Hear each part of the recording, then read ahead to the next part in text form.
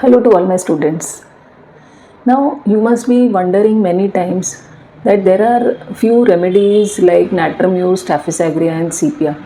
They all are brooding remedies. They all have brooding in them 3 plus. And it becomes very difficult when the patient is talking. You don't understand whether this person is Natramur, Staphysagria or Sepia. All three look very similar because all three have lot of sensitivity, lot of emotional turmoil, lot of suppressed emotions. So understand things, how will we differentiate between these three? Now, Natramur, when hurt, they do suppress their emotions, but Natramur, if you read Boric, they have hatred towards people who have offended them. So they will cut off the relation, and when you ask them, how will you keep the relationships alive, they say no. I cut off the relation. Even if the opposite person comes and apologizes, I will think over it. I might say that I have forgiven you, but I will keep a distance with that person because now I am alert that the person has offended me.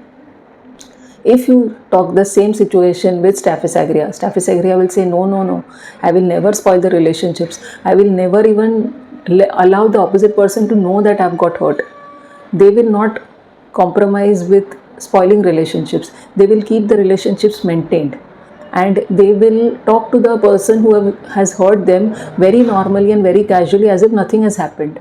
Because they cannot retaliate back and they are always image conscious. Suppose if the opposite person talks more and starts arguing more about it, so how will they confront that? That's the whole problem with Staphysagria. So they will not spoil relationships.